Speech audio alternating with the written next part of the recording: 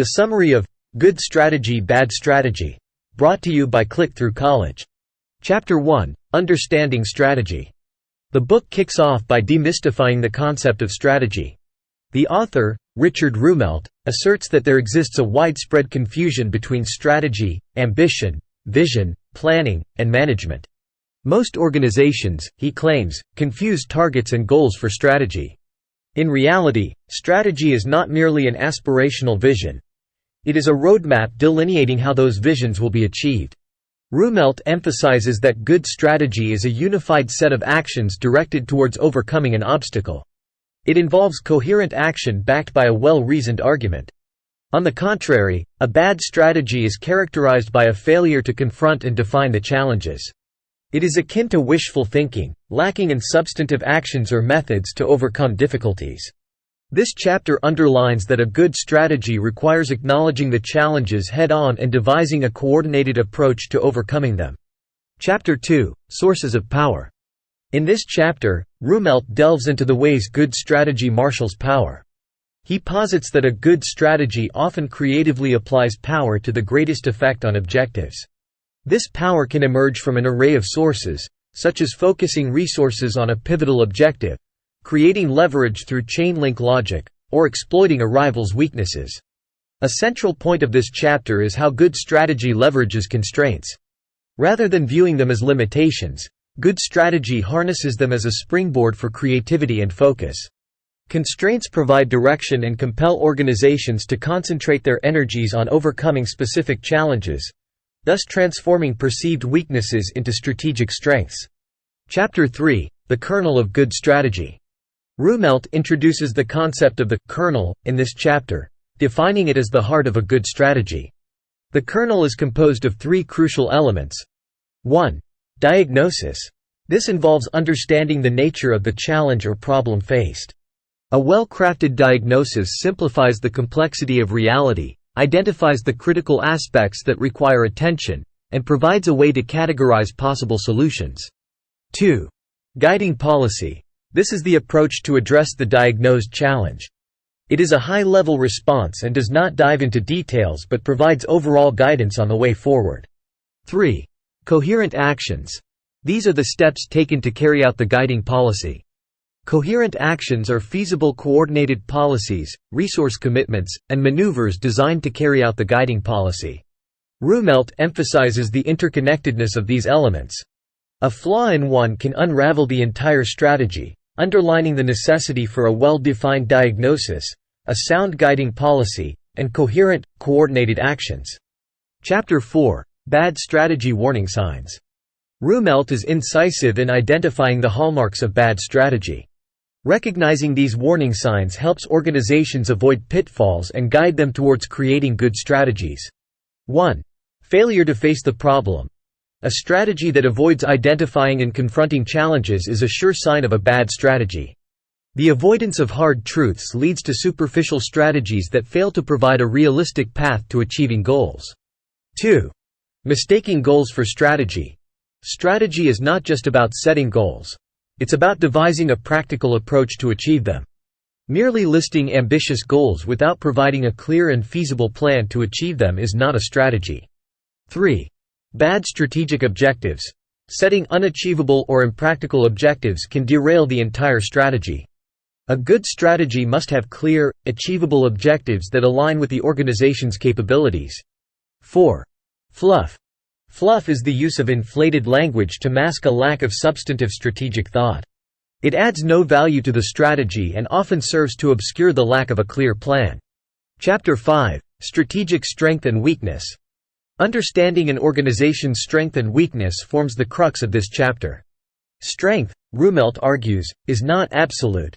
It is a function of its utility in a particular context or in relation to competitors. It's a distinctive capability that gives an edge over competitors. Weaknesses aren't always debilitating. They can be turned into opportunities for improvement, change, or even innovation. Weaknesses can be reframed and converted into challenges that can be systematically addressed. Rumelt maintains that both strengths and weaknesses must be assessed realistically for formulating a good strategy. Chapter 6, Chain Link Systems. This chapter introduces the concept of chain link systems, where the performance of an organization is as strong as its weakest link.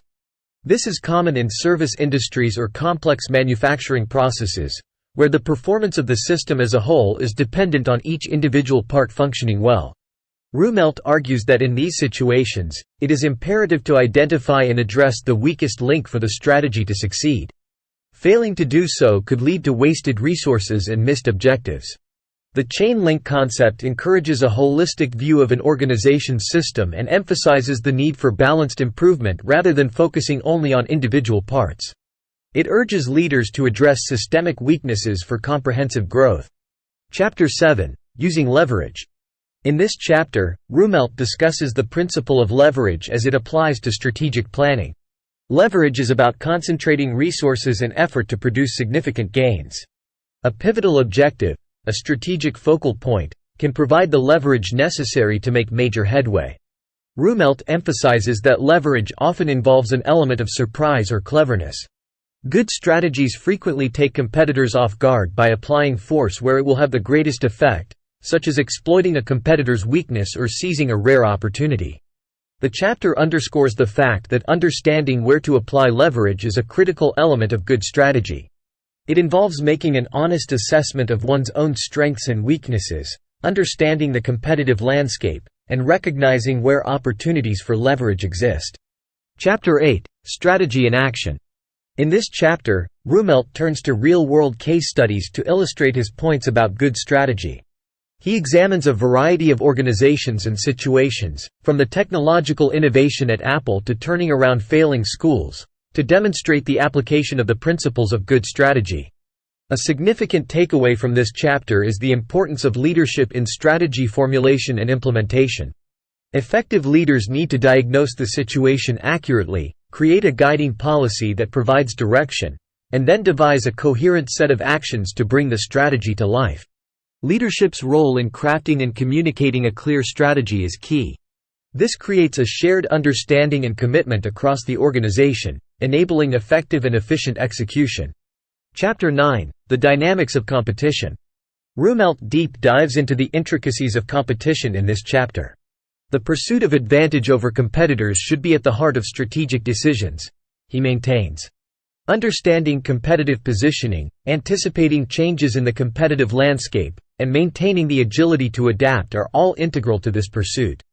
Rumelt posits that competitors aren't always to be viewed as adversaries, but rather as players that shape the strategic landscape. They provide opportunities for advantage and should be understood in terms of their intentions, capabilities, and the pressures they face.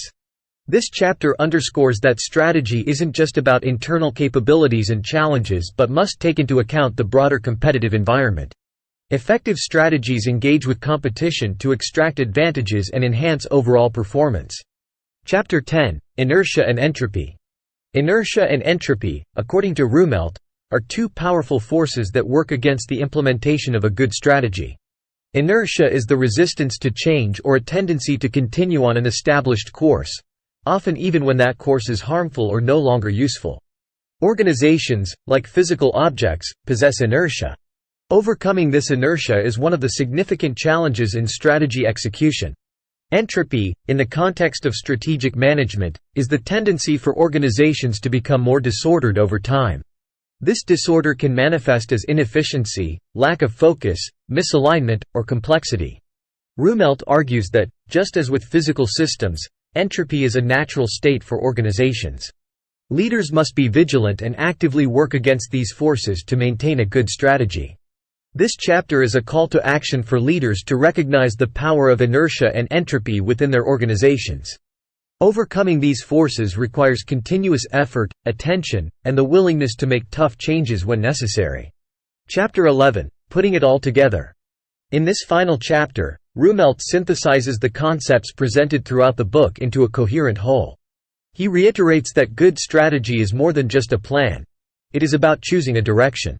It's about understanding the environment, identifying challenges, focusing efforts on a specific, achievable goal, and aligning resources and actions to realize that goal. Rumelt stresses that good strategy often involves making hard choices and taking calculated risks. It involves rejecting the comfort of vague goals and buzzwords, choosing instead to grapple with complex realities. He concludes by insisting that, while it may be challenging to formulate and execute, good strategy is worth the effort. It provides a path to success, growth, and sustainability, enabling organizations to navigate the complexities of their environments and achieve their ambitions. The summary of Good Strategy, Bad Strategy.